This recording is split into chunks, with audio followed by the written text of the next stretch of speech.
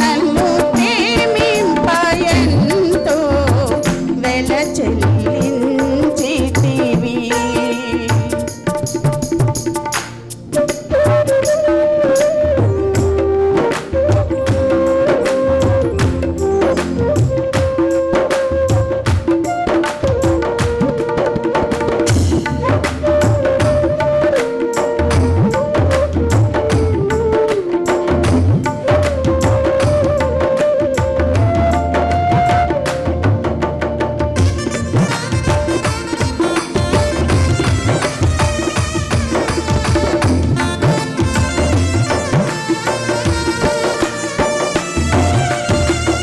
తప్పిపోయిన గొర్రెను నేను పాప ఊబిలో చిక్కితిని.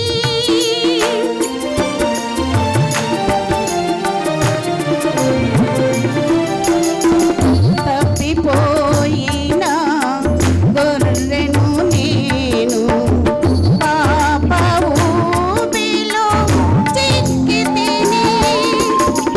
నన్ను కడిగిని కౌగిట చేర్చితివి. నన్ను కడిగిని కౌగిట చేర్చితివి. అనంతమైనది నీ రుధిర ప్రేమ.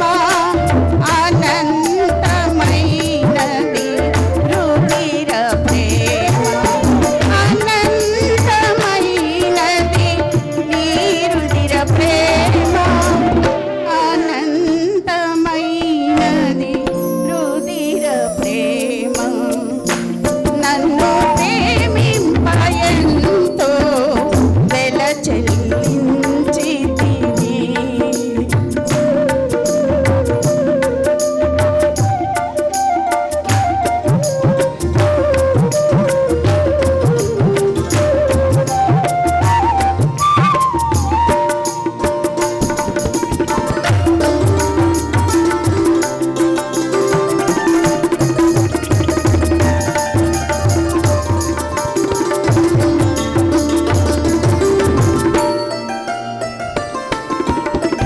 దారి తప్పిన తనయుని నేను పందులతో సహా జీవినైతిని.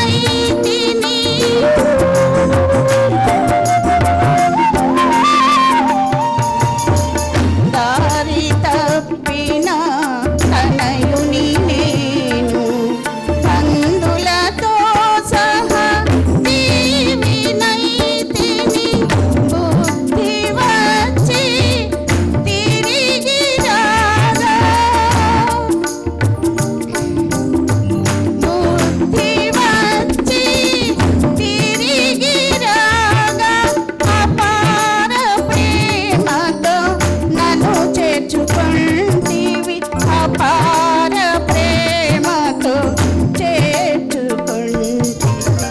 అపార ప్రేమతో నన్ను చేర్చుకొంటివి. అపార ప్రేమతో చేర్చుకొంటివి.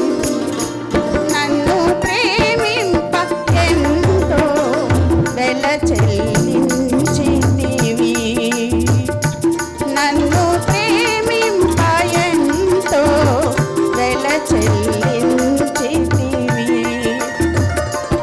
అది నీ అమూల్య రుధిరమే. అది నీ అమూల్య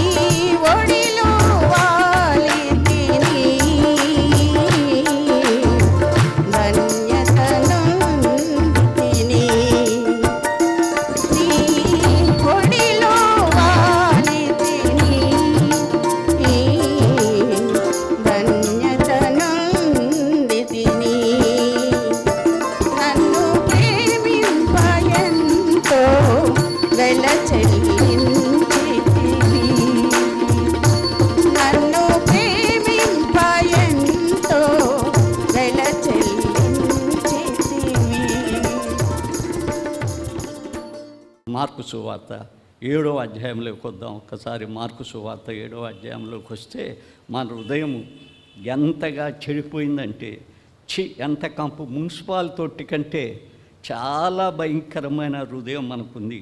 ఆ మున్సిపాల్ తొట్టన్నా చాలా మేలు. 20వ వచనం చూడండి. మనుషులు లోపల నుండి బయలు వెలుచున్నది, మనుషులను అపవిత్రపరచుతున్నది. లోపల నుండి అనగా మనుషుల హృదయములో నుండి దురాలోచన, జారత్వం, దొంగతనం,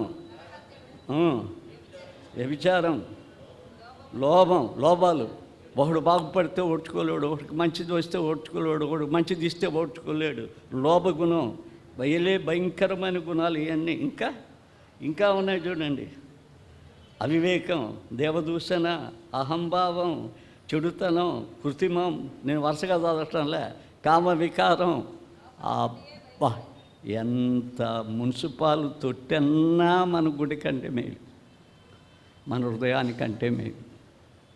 కాకపోతే మంచి గుడ్డలు వేసుకుని వాటిని కప్పేస్తున్నాం. మనం మంచి డ్రెస్ వేసుకొని పరపరవాడితే దాటి 1,00,000 రూపాయలు డ్రెస్ వేసుకుంటే కూడా లోపల ఉండేదంతా పనికి మాలింది. ఒకవేళ నువ్వు కప్పుకున్నది కప్పుకోలేవు, దేవుడి దగ్గర కప్పుకోలేవు. చూసారా, లౌదూకే సంఘం కప్పుకోవాలనుకుంది. ఎందుకంటే ఆ సంఘానికి డబ్బు ఎక్కువైపోయింది, గర్వం ఎక్కువైపోయింది. అదే అంతిమ దినంలో సంఘంలో మాకేం ధనవంతులం, మాకేం మంచి గుడ్డలు వేసుకున్నాం, మంచి కాటుకు పెట్టుకున్నాం అనుకున్నది లౌదూకే సంఘం. ప్రకటన గ్రంథంలో చూడండి.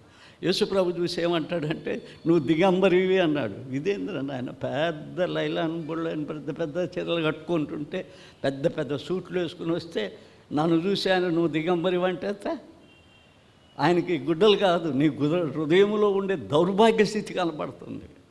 దౌర్భాగ్య స్థితి. నేను ఆ హృదయంలోకి రావాలంటే రానియటం లేదు. ఎందుకు నా హృదయంలోకి రాలేదు? నా హృదయం అంతా చెడిపోయింది. నేను దాన్ని ఏం చేస్తున్నా, బట్టలతో కొన్నిసార్లు ఏం చేస్తున్నానంటే తెల్లని గుడ్డలు వేసుకొని నా హృదయం కూడా ఇట్టుందని చూపించడానికి వేషధారణ అవుతున్నా. నిలువు టంగీలు మళ్ళీ నేను యాజకుల్లాగా నటించడానికి ప్రయత్నం చేస్తున్నా. యాజకత్వం లేని రోజుల్లో యాజకుడిగా నటించే దొంగ బోధకుడు. ఇప్పుడు యాజకులు లేరు అసలు. మనం యాజకులం, యేసుక్రీస్తు నమ్మిన వాళ్ళందరూ యాజకులు. 1 పేతురు 2:9 ఎవరిని యాజకులు అనొద్దు, మనం సైతాన్లం అవుతాం. రాజులైన యాజక సమూహం, దేవుని సొత్తైన ప్రజలు. నడిమికి చినిగిపోయింది యాజకత్వం. యేసుక్రీస్తు లోకలానికి వచ్చి కల్వరి శిలువలో ఉన్నప్పుడు నడిమికి చినిగిపోయింది. ఇప్పుడు యాజకత్వం లేదు. కాబట్టి జాగ్రత్త. మన గుండె ఎలాంటిదంటే చాలా పనికి మాలిన స్థితి కలిగిన గుండె మంది. కాబట్టి దానిలోనికి దేవుని మనం తీసుకురావాలి. అందుకోసమే ప్రయాసపడి భారం మోసుకునిచున్న వాళ్ళారా నా దగ్గరికి రండి. హృదయ శుద్ధి గలవారు ధన్యులు, వారు దేవుని చూస్తారు. దావీదు ఎంతో శుద్ధి చేసుకోవాలనుకున్నాడు. కాలం మారినంత మాత్రాన్ని నూతనమవుతామా? ఎవడు చెప్పాడు? పిచ్చోడు. కాగా ఎవడైనా క్రీస్తునందుంటే వాడు నూతనమవుతాడు. ఒకవేళ పాత సంవత్సరం పగులు కూడొచ్చు, ఇంకొక టైంలో కూడొచ్చు.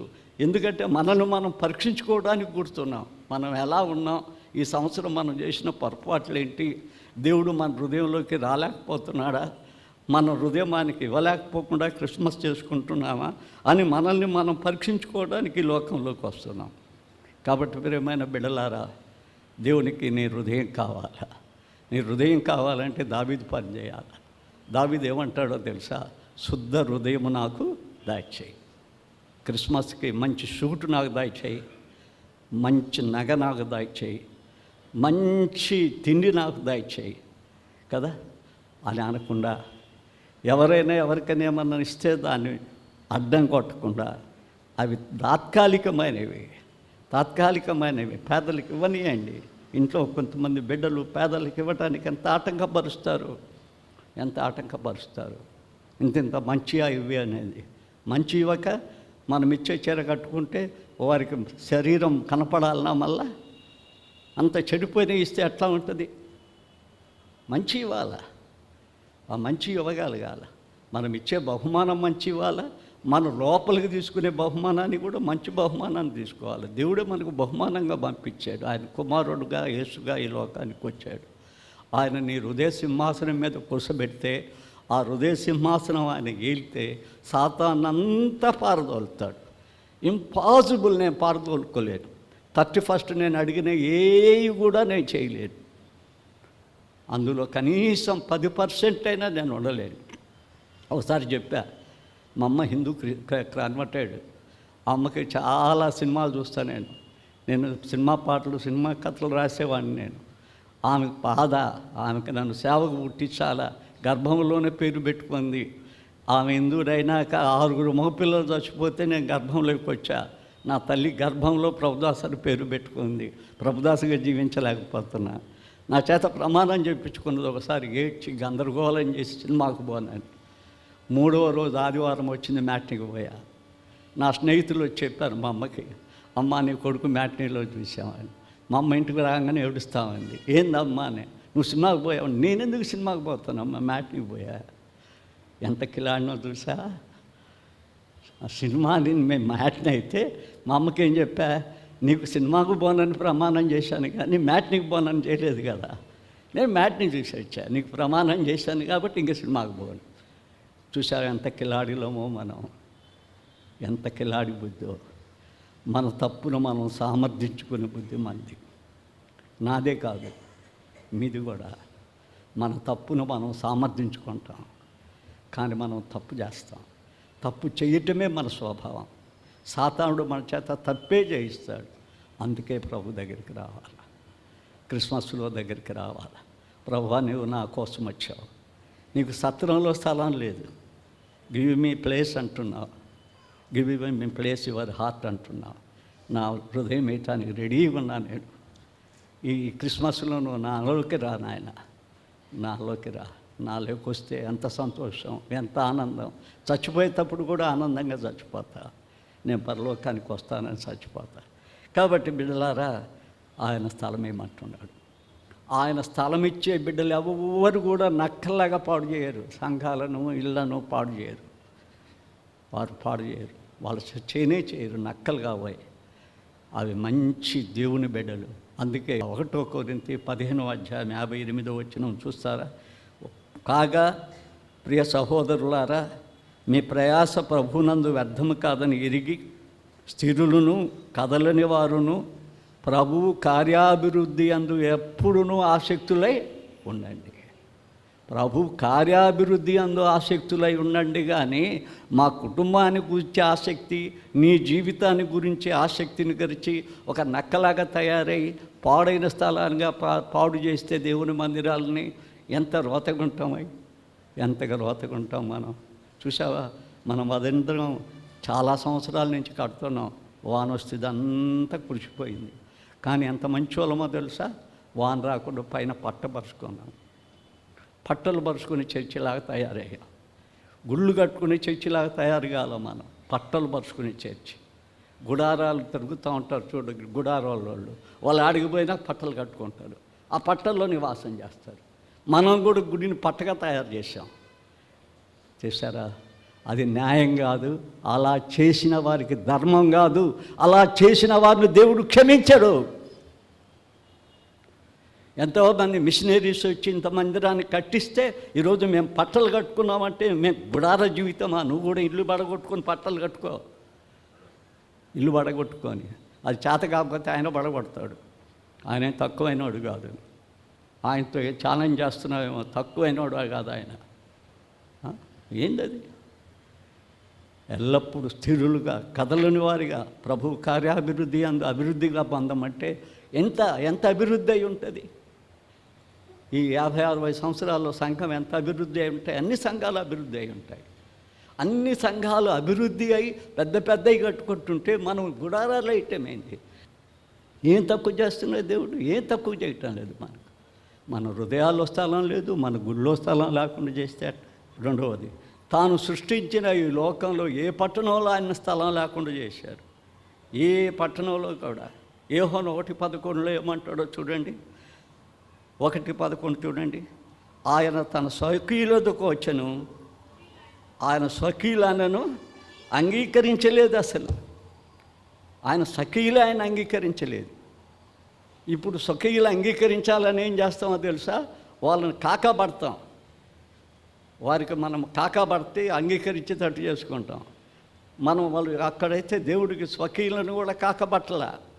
ఆయన ఎవరిని కాకపట్టడు. కాకపట్టాల్సినంత పని ఆయనకి లేదు. స్వకీయులు కూడా ఆయన ఇష్టపడలేదు. ఇంకా మనం చూడొస్తే లూకా సువార్తలోనే 4వ అధ్యాయంలోనికి వద్దామా? ఏం రాశాడో చూడండి. 4వ అధ్యాయంలో 4వ అధ్యాయం ఒక్కసారి మనం తీస్తే అందులో కొన్ని 29వ వచనాన్ని చూడండి. 4వ అధ్యాయం 29 చూడండి. అక్కడ ఏం రాయబడిందో. ఆయన చేర్చుకున్నారా? చేర్చుకోలేదు. ఏం చేస్తారు? వెళ్ళిపోమని చెప్తారా? ఏం చెప్పాడు ఒక్కసారి చూడండి. 4వ అధ్యాయం. సమాజ మందిరములో ఉన్న వారందరూ ఆ మాట విని ఆగ్రహముతో నిండుకొని లేచి ఆయనను పట్టణములో నుండి వెళ్ళగొట్టి ఆయనను తల క్రిందగా పడద్రోయవలనని తమ పట్టణము కట్టబడిన కొండపేట వరకు ఆయనను తీసుకొని పోయిరి. అయితే ఆయన వారి మధ్య నుండి దాటి తన మార్గంలో వెళ్ళిపోయాను. సమాజ మందిరాన్ని గురించి మాట్లాడుతుంటే వాళ్ళకి మంట మండింది. సమాజ మందిరాన్ని చెడగొడుతున్నారు వేషధారులని ఉంటే వాళ్ళకి బాధ వచ్చేసింది. ఆయన తీసుకుపోయి కొండ మీద నుంచి బలదోసి చంపాలని క్రూరమైన పనిని వాళ్ళు ప్రారంభించారు. ఆయన కల్వరి శిలువలో రక్తాన్ని గార్చడానికి వస్తే మధ్యలో చంపాలనుకుంటున్నారు. వాళ్ళకి సాధ్యం? అది సాధ్యం కాదు. బెదిరిస్తే బెదిరిపోతాడా? బెదిరిపోడు. ఆయన గుండె బెదిరేది కాదు. వారు అరిస్తే ఆయన బెదిరిపోతాడా? నిందలేస్తే బెదిరిపోతాడా? నో. ఆయన దేవుడు. ఆయన ఏం చేశాడంటే వారి మార్గాన్ని వెళ్ళిపోయాడు. పక్కకి అనుకుని వెళ్ళిపోయాడు. ఆయన మార్గంలో నుంచి ఆయన పక్కకి వెళ్ళిపోయాడు. ఇంకా 9వ అధ్యాయాన్ని తీస్తారా ఒకసారి? 9వ అధ్యాయము ఒక మాట చూద్దాం. 9వ అధ్యాయం అన్నీ చూడలేము కానీ కొన్ని చూద్దాం. 9వ అధ్యాయంలో ఒక మాట చూద్దాం. ఆయన కూడా ఒకసారి అక్కడికి వస్తే ఏం జరిగిందంటే 9వ అధ్యాయం 51, 52లో మనం చూస్తే ఆయన అక్కడికి వచ్చినప్పుడు ఆయన పరమునకు చేర్చుకునబడు దినము పరిపూర్ణమవుతున్నప్పుడు ఆయన యెరూషలేముకు వెళ్ళుటకు మనసు స్థిరపరచుకొని తనకంటే ముందుగా దూతలను పంపాను. వారు వెళ్ళి ఆయన బస సిద్ధము చేయవలని సమరయుల యొక్క గ్రామంలో ప్రవేశించిరి. కానీ ఆయన యెరూషలేమునకు వెళ్ళి నగ్ముఖమైనందున వారు ఆయనని చేర్చుకోవాలా? సమరయులు. ఈయన యెరూషలేముకు పోవాలనుకుంటున్నాడు. ఇక్కడ ఎందుకు వస్తాడు? ఈయన వద్దుపో, ఈయనను వద్దుపోమంటే ఏముంది? పోతాడు. లేకపోతే నిలబడతాడు. నిలబడితే కూడా ఆయన ఏం చేస్తారు? ఏం చేయలేరు. వదుపోమని చెప్తాడు ఆయన. ఆయన గిరాసానికి వచ్చాడు. గిరాసేన దేశం. ఒకవేళ ఇంకా మనం చూడాలనుకుంటే మార్కు సువార్త 5వ అధ్యాయం 17వ వచనంలో చూస్తే ఏముంటుందంటే తాను ప్రాంతమును విడిచిపెట్టి పొమ్మని ఆయన బతిలాడుకున్నారంట గెరాసేను వాళ్ళు. రాళ్ళతో కొట్టుకుంటుంటే, తన శరీరాన్ని గాయపరుచుకుంటుంటే, తాను బట్టలు లేకుండా ఉంటే, చీకటిలో పోయి సమాధి మీద పండుకుంటుంటే వాడు చడిపోయి శిథిలమై చావటానికి శిథిలమై రోత పట్టిపోయాడు. వాడి జీవితం చాలా రోత అయిపోయింది. తనను తాను గాయపరుచుకుంటున్నాడు. వ్యసనాలతో నిండిపోయాడు. అతనికి నీతి అనే బట్ట లేదు. పైన ఎంత తెల్లగేసుకున్నా ఎంత నల్లగేసుకున్నా బట్ట లేదు. దేవుడు చూస్తే అతనికి దిగంబరి అయ్యాడు. వచ్చి సమాధుల్లో కుళ్ళిపోయిన స్థలాల్లో పండుకుంటున్నాడు వాడు. ఆయన గరసాని వచ్చి ఆయన బాగా చేస్తే అతను బట్టలు వేసుకొని కాళ్ళ దగ్గర కూర్చొని, ప్రభా నేను నీతో వస్తాను, నేను మారినానని చెప్తుంటే ఆ ఊరు వాళ్ళందరూ వచ్చేయమంటారో తెలుసా? ఇక్కడి నుంచి వెళ్ళిపోయా, నువ్వు ఇక్కడ ఉండొద్దు. బతిలాడుకుంటున్నారంట. మా ఊర్లో వస్తే అందరిని మార్చేస్తావు. మేము మారకుండా ఇట్టే ఉండాలనుకుంటున్నాం. ఏ మార్పు లేదు. క్రిస్మస్కి కొత్త బట్టలు తడుపుకుంటాం, క్రిస్మస్కి కొత్త పండుగ చేసుకుంటాం. ఇది ఒక కొత్త పండుగ. యేసు లోకానికి వచ్చాడని మేము ఎగురుతాం. యేసు లోకానికి వచ్చాడని మేము తింటాం. తినేవాళ్ళకి పెట్టవలసిన వాళ్ళు కూడా పెట్టాం. మేము మా బంధువులు పెట్టుకుంటాం, మా స్నేహితులు పెట్టుకుంటాం. చాలదా? నీతో మాకేం పని అయ్యా? మా పట్టణానికి వస్తానంటాం, మా ఊరికి వస్తానంటాం, మా హృదయానికి వస్తానంటాం. ఏమన్నా పనా నీకు? నువ్వు రావద్దని కదా మేము చెప్పేది. మేమేదో పండగ చేసేయాలనుకుంటే నేను వస్తానంటే నువ్వు వస్తావేంది ప్రభా? నీకు స్థలం ఎక్కదు మా దగ్గర, మేము స్థలం వేయలేము. ఈరోజు ఇగలవా ఈ క్రిస్మస్ కన్నా దేవుడికి స్థలం నీ హృదయంలో. ఇంకొకటి చూద్దాం. మరణం దగ్గరకు వచ్చాడు ఆయన, చనిపోయిన దగ్గరకు వచ్చాడు. మత్తయి 9వ అధ్యాయం తీసి పెట్టుకోండి. మత్తయి 9. మరణాన్ని కూడా కొంత వ్యాపారం అక్కడ ప్రారంభమైంది. మరణం దగ్గరకు వచ్చాడు ఆయన. మరణం దగ్గరకు వచ్చాడు, చూద్దామా. 9వ అధ్యాయం 18వ వచనం. ఆయన ఈ మాట వారితో చెప్పుచుండగా, ఇదిగో ఒక అధికారి వచ్చి ఆయనకు మొక్కి, నా కుమార్తె ఇప్పుడే చనిపోయింది, ఆయనను నీ వచ్చి నీ చెయ్యి ఆమె మీద ఉంచుము. అబ్బా! ఒక క్రైస్తవుడు, యూదుడు కాదు, అన్యుడు, ఒక శతాధిపతి, పోలీస్ డిపార్ట్మెంట్, సైన్యాధిపతి, ఇంకా ఎక్కువ డిపార్ట్మెంట్, వాళ్ళకి కాల్చే హక్కు ఉంటుంది. పోలీసు వాడికి హక్కు లేదు. ఎస్పీ అయ్యాలి వాడికి. చూసావా, అంతటి వాడు కుమార్తె చనిపోతే ఏమంటాడో తెలుసా? నీ వచ్చి చేయబెడితే చాలు, నా కుమార్తె బతుకుద్ది. ఎంత గొప్ప విశ్వాసి కదా. ఈ దినం నిజంగా మన సంఘాల కంటే బయట ఎంతమంది విశ్వాసులు ఉన్నారో మనకు తెలుసా? నేను రివైవల్ మీటింగ్కి పోతే చూస్తా, కృష్ణానదిలో ఒక 3 రోజులకి 250 మందికి బ్యాప్టిజం ఇచ్చిన ఆంధ్ర మహాసభలో. అందరు హిందువులే. మీరు ఎప్పుడన్నా చూడాలంటే మంగళగిరి ఆ ప్రాంతమంతా చూడండి, అంత హిందువులే, క్రిస్టియన్స్. ఎంత బాగుంటారు. గన్నవరంలో క్రిస్టియన్స్ ఒక 2 ఎకరాలు రివైవల్ మీటింగ్కి వదిలేశాడు. ఒక చౌదరి ఒక ఆయన 2 ఎకరాలు రివైవల్ మీటింగ్కి రాసి ఇచ్చాడు. దానిలో నేను మాట్లాడేదేమని వాక్యాన్ని. అన్యులు కూడా ఎలా నమ్ముతున్నారు, క్రైస్తవులు ఎంత దరిద్రులు అవుతున్నారో, ఎంతగా మారిపోతున్నామో. దేవుడు లేకుండా ఒక మత మనుషులుగా, మత పిచ్చి వాళ్ళగా, మత చేష్టాలు చేసే వాళ్ళంగా, చర్చిని కూడా పాడు చేయడానికి రెడీగా ఉండే వాళ్ళంగా ఎంతగా దిద్దపోతున్నాం. ఆ శతాధిపతి ఎంత నమ్మాడు. చచ్చిపోయింది, కానీ నువ్వు చెయ్యొచ్చు పెట్టు. సరే, ఆయన బయలుదేరాడు. యేసు లేచి ఆయన వెంట వెళ్ళాను. ఆయన శిష్యులు కూడా ఆయన వెంట వెళ్ళిరి. 22వ వచనం. యేసు వెనక తిరిగి ఆమెను, కుమారి ధైర్యంగా ఉండు, నీ విశ్వాసం అని ఒక అతను బాగు చేశాడు. 24కు వద్దాం. అక్కడికి వచ్చి ఏమంటాడో తెలుసా? స్థలమీయుడి అంటాడు. అక్కడ కూడా పోవటానికి వీల్లేదు. ఆ చచ్చిపోయిన శవం దగ్గర కూడా పోవడానికి వీల్లేదు. అందరు ఏం చేస్తున్నారో తెలియండి. అక్కడ చూడండి, ఇంక కింద చూడండి, స్థలం ఇవ్వండి అని ఎందుకు అడిగాడో చూడండి. అక్కడ పిల్లన గ్రోవి వాయించేవారును, గోల చేయువారు జనసమూహం ఉండిరి.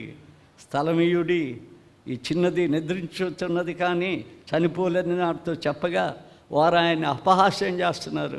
రే అపవాసం, మమ్మల్ని ఎగరిని, చిందులేగిని, గోల చేయని. మద్రాసులోనంట నేను విన్నాను, ఎంత నిజం కాదో నాకు తెలీదు. వాళ్ళు చచ్చిపోతే ఏడవడానికి మనుషులను తెచ్చిపెట్టుకుంటారంట డబ్బులు ఇచ్చి. ఇప్పుడు చచ్చిపోతే కూడా మనం ఏం చేస్తామో తెలుసా? అన్నీ పెట్టుకుంటాం, గోల చేయటానికి పెట్టుకుంటాం. వాళ్ళు చర్చి ఏడుస్తూ ఉంటే మన సంతోషంతో ఈలలు వేసుకోవటం, పాడుకోవటం, నవ్వుకోవటం, ఆడుకోవటం. అదే తొందరగా టీ తీసుకురండి అంటాడు. చచ్చి ఆడుంటే టీ తొందరగా 12 దాటింది, మాకు నిద్ర వస్తుంది, టీ తీసుకురా. చచ్చి వాళ్ళు గోల చేసుకుంటుంటే, ఏడుస్తుంటే ఆదరించేది పోయి, ఓదరించేది పోయి, వాడు పిల్లను కూడా వాడు స్వార్చుకుంటూ ఎగర్త అసలు యేసుక్రీస్తునే రానిలేదంట. నువ్వు బయట ఉండవా అసలు. కానీ చచ్చిపోయిన శవంతో మేము చూసుకుంటాం. ఇంకా ఆ శవం దగ్గరికి ఆయన అట్లనే లోపలికి వచ్చాడు. వచ్చి ఏం చేశాడో చూడండి, ఏం చేశాడు ఆయన రానిచ్చినందుకు. ఆ 25 చూద్దాం. జనసమూహము పంపివేసి ఆయన లోపలికి వెళ్ళి ఆమె చెయ్యి పట్టుకొనగానే ఆ చిన్నది చూసారా, ఆయన చెప్పినట్టు జరిగిందా లేదా? ఒక శతాబ్ది ఏం చెప్పాడు, ఆయన చెప్పినట్టుగా జరిగింది. ఆమె లేచింది. ప్రియమైన బిడ్డలారా, ఈ క్రిస్మస్లో ఆయన నీ హృదయంలోకి వచ్చాడా? ఈ క్రిస్మస్లో హృదయంలో ఆయన లేకుండానే పండగ చేసుకుంటున్నావా? ఆయన నీ ఇంటికి వచ్చాడా? నీ ఇల్లు ఆయన ఇల్లు అయిందా? స్టార్ పెట్టుకోగానే క్రిస్టియన్ గృహం కాదు, లోపల గృహం నీ ఇల్లు అయిందా?